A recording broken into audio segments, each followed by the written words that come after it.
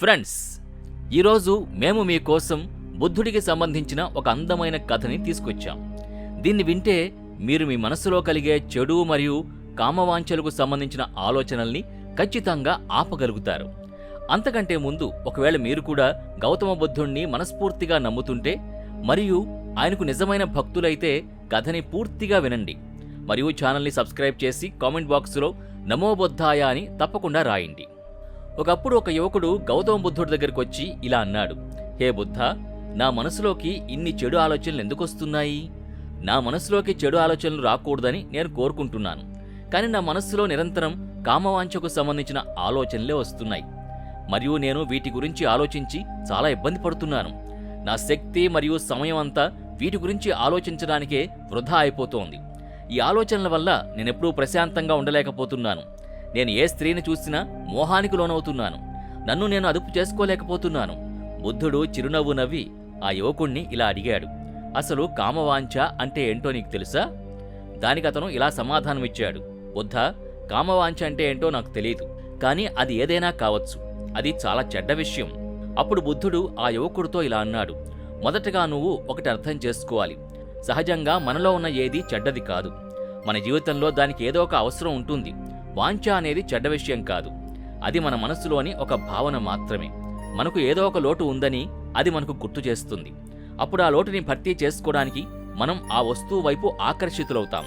ఉదాహరణకు, నీ దగ్గర డబ్బు తక్కువగా ఉంటే నీలో డబ్బు సంపాదించాలనే వాంఛ కలుగుతుంది. కాబట్టి వాంఛ అంటే మరేమీ కాదు, అది ఒక రకమైన లోటు. అవసరం శారీరకమైంది అయితే దాన్ని మనం కామవాంఛ అని పిలుస్తాం.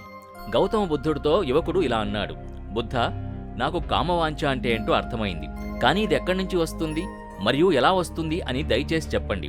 గౌతమ బుద్ధుడు ఇలా చెప్పాడు, కామవాంఛ ఎక్కడి నుంచో రాదు, అది మన లోపలే ఉంటుంది. అది ఉండడం కూడా అవసరమే. అప్పుడే మానవ జాతి అభివృద్ధి చెందుతుంది. అప్పుడు యువకుడు ఇలా అడిగాడు, అది మనలోనే ఉండి అవసరమైంది అయినప్పుడు దాన్ని ప్రజలు ఎందుకు తప్పుగా అంటారు? బుద్ధుడు ఇలా అన్నాడు, అక్కడే సమస్య ఉంది. ప్రజలు కామవాంఛని తప్పుగా అర్థం చేసుకున్నారు. దాన్ని దాచడానికి లేదా అణిచివేయడానికి ప్రయత్నిస్తారు. కామవాంఛ తప్పు కాదు, కానీ దాన్ని తప్పుడు మార్గంలో ఉపయోగించడమే తప్పు. ప్రజలు ఎవరిని ప్రేమిస్తారో వారి కోసమే బ్రతకడం మొదలు పెడతారు. వారిని పొందడమే తమ లక్ష్యంగా మార్చుకుంటారు మరియు నిరంతరం వారి గురించే ఆలోచిస్తూ ఉంటారు. కానీ ఇది తప్పు.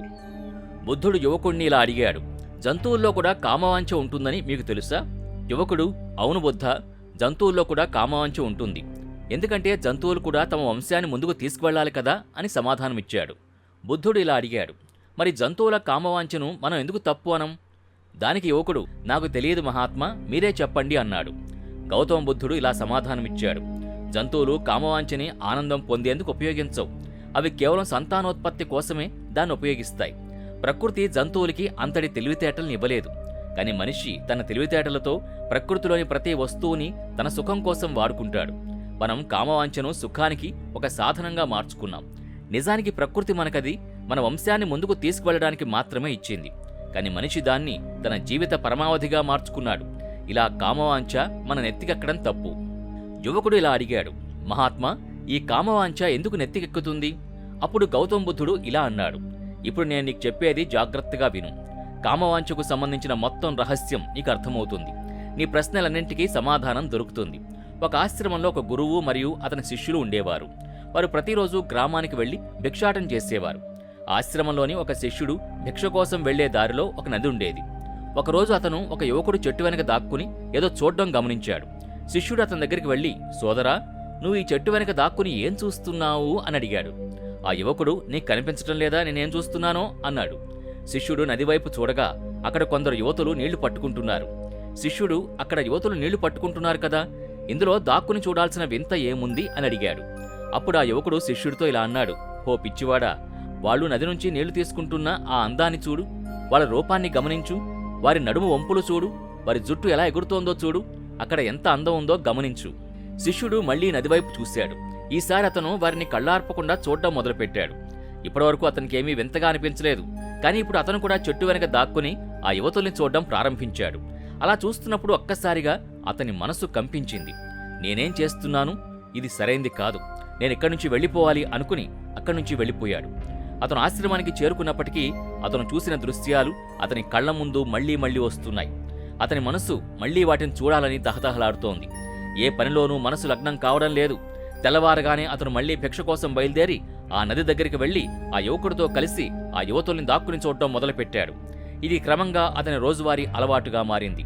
ఆ శిష్యుడి మనసు దేనిమీద లగ్నం కావడం లేదు. సరిగ్గా తినలేకపోయేవాడు, నిద్ర పట్టేది కాదు. అతని మనసు ఎప్పుడూ అశాంతిగా ఉండేది. గురువు తన శిష్యుడి ప్రవర్తనని గమనించారు. ఒకరోజు గురువు శిష్యుడిని పిలిచి, ఈ రోజు నుంచి నేను కూడా నీతో పాటు భిక్షాటనకొస్తాను అన్నారు. శిష్యుడు భయపడి వద్దని చెప్పినా గురువు వినలేదు. శిష్యుడు వెళ్లిన తర్వాత గురువు అతన్ని అనుసరించారు. శిష్యుడు ఒక చెట్టు వెనక దాక్కుని ఏదో చూడటం గురువు గమనించారు. గురువు శిష్యుడి దగ్గరికి వెళ్లి, ఏం చూస్తున్నావు అని అడిగారు. గురువు గొంతు వినగానే శిష్యుడు వణికిపోయాడు. ఏదో పెద్ద దొంగతనం చేస్తూ పట్టుబడినట్టు భయపడిపోయాడు. అతనేమీ మాట్లాడలేకపోయాడు. గురువు అతనితో ఇలా అన్నారు, నా శిష్యుడెప్పుడు భయం లేకుండా ఉండేవాడు కదా, మరిప్పుడు ఎందుకు ఇలా భయంతో వణికిపోతున్నావు? శిష్యుడు క్షమించమని వేడుకుంటూ, గురువుగారు, నాదేమీ తప్పులేదు. ఆ యువకుడు నన్ను దారి తప్పించాడు. ఇకపై ఇలా ఎప్పుడూ చేయను అని వాగ్దానం చేశాడు. అప్పుడు గురువు ఇలా చెప్పారు, సరే కాని ఒకటి గుర్తుంచుకో, మనం ఎవరితో సావాసం చేస్తామో అటువంటి ఫలితమే మనకు దక్కుతుంది. వారి ఆలోచనలే మనలోకి ప్రవేశిస్తాయి. కానీ ఎప్పుడూ మంచి వ్యక్తులతో సావాసం చేయి. వారు ఆశ్రమానికి తిరిగొచ్చారు. శిష్యుడు ఆ దారిలో వెళ్లడం మానేశాడు. వేరే దారిలో వెళ్లడం మొదలుపెట్టాడు. అతను తన పని మీద దృష్టి పెట్టాడు. కానీ అతనిలో క్రమంగా కోపం పెరిగింది. ప్రశాంతత లేకుండా పోయింది. సరిగ్గా భోజనం కూడా చేసేవాడు కాదు. ఒక రాత్రి గురువు అతని దగ్గరకొచ్చి ఇలా అన్నారు, నువ్వు నీ వాగ్దానాన్ని ఎన్నిసార్లు తప్పావు? శిష్యుడు గురువు పాదాలపై పడి ఏడుస్తూ, గురువుగారు, నా మనస్సు నా అదుపులో లేదు. నేనెన్నో ప్రయత్నాలు చేస్తున్నాను, కానీ నా మనసు నుంచి చెడు ఆలోచనల్ని తీసివేయలేకపోతున్నాను అని అన్నాడు. అప్పుడు గురువు శిష్యుణ్ణి తోటలోకి తీసుకెళ్లి అక్కడ ప్రవహిస్తున్న నీటి కాలువను చూపిస్తూ, ఈ నీటి ప్రవాహాన్ని నువ్వు ఆపగలవా అని అడిగారు. శిష్యుడు మట్టితో ఆ కాలువని పూడ్చాడు. నీరు కొద్దిసేపు ఆగి మళ్లీ మట్టి పైనుంచి ప్రవహించింది. శిష్యుడు పెద్ద పెద్ద రాళ్లు వేశాడు. అయినా నీరు పక్కనుంచి ప్రవహించింది. శిష్యుడు ఎంత ప్రయత్నించినా నీరు ఆగలేదు. అప్పుడు శిష్యుడు ఇలా అన్నాడు, గురువుగారు, నేను ఈ నీటిని ఆపగలను అని అనుకున్నాను, కానీ అది ఆగడం లేదు. అప్పుడు గురువు శిష్యుడికి ఇలా వివరించారు, నీ పరిస్థితి కూడా ఇలాగే ఉంది.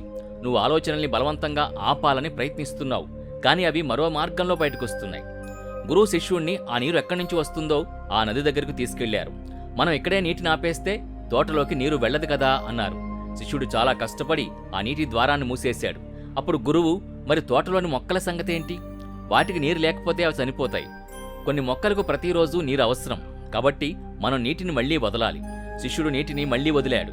అప్పుడు గురువు ఇలా అడిగారు, మనం ఈ నది నీటి ప్రవాహం మొత్తాన్ని తోటవైపు మళ్లిస్తే ఏమవుతుంది? శిష్యుడు, మొక్కలన్నీ మునిగిపోయి కుళ్ళిపోతాయి అని చెప్పాడు. అప్పుడు గురువు నవ్వి ఇలా వివరించారు, మనం దేన్ని పూర్తిగా ఆపకూడదు. కేవలం సమతుల్యత పాటించాలి. తక్కువ నీరున్నా మొక్కలు చనిపోతాయి, ఎక్కువ నీరున్నా అవి పాడైపోతాయి. మన జీవితం కూడా సమతుల్యతతోనే సాగాలి.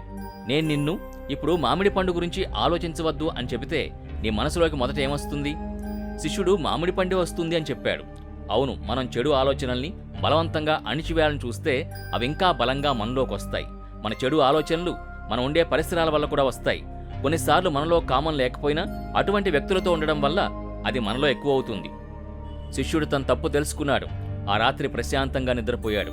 మరుసటి రోజు మళ్లీ అదే దారిలో వెళ్లాడు. ఆ యువకుడు అక్కడే చెట్టు వెనక దాక్కుని చూస్తున్నాడు. శిష్యుడు నది దగ్గరికి వెళ్లి ఆ యువతుల్ని నీరడిగాడు. ఒక యువతి నీరిచ్చి అతని పాదాలకు నమస్కరించింది. శిష్యుడు ఆమెను ఆశీర్వదించాడు. అతని మనసులోని సానుకూల శక్తి నిండింది. అతని ముఖంలో చిరునవ్వు కనిపించింది. ఆ యువకుడు శిష్యుడి దగ్గరకొచ్చి, ఏంటి, ఈరోజు నువ్వు చాలా దగ్గర నుంచి చూశావు కదా, నాకంటే ముందే ఉన్నావు అన్నాడు. శిష్యుడు ఇలా సమాధానమిచ్చాడు, మనం ఎప్పుడూ ఇతరులను చూడడంలోనే మునిగిపోయి మనల్ని మనం చూసుకోలేకపోతున్నాం. ఎంతకాలం ఈ చెట్టు వెనక దాక్కుంటావు? నీకెవరైనా నచ్చితే పెళ్లి చేసుకో. అంతకంటే ముందు నీకంటూ ఒక గుర్తింపు తెచ్చుకో. ఇలా సమయం వృధా చేయకు అన్నాడు. ఆ యువకుడిక నుంచి ఆ ప్రదేశానికి వెళ్లడం మానేశాడు. తన జీవితంలో ఏదైనా సాధించాలనే లక్ష్యంతో కష్టపడడం మొదలుపెట్టాడు. చూశారా సావాస ప్రభావం ఎలా ఉంటుందో? బుద్ధుడు యువకుడిని పిలిచి, నీ ప్రశ్నలన్నింటికీ సమాధానం దొరికిందా అని అడిగారు. యువకుడు కృతజ్ఞతలు చెప్పాడు. బుద్ధుడు చివరిగా ఇలా అన్నారు, నీ మనసులో చెడు ఆలోచనలొస్తే నిన్ను నువ్వు తప్పుగా భావించుకో. కేవలం వాటి మధ్య సమతుల్యత పాటించడానికి ప్రయత్నించు, మరియు నిన్ను నువ్వు తెలుసుకో అన్నాడు.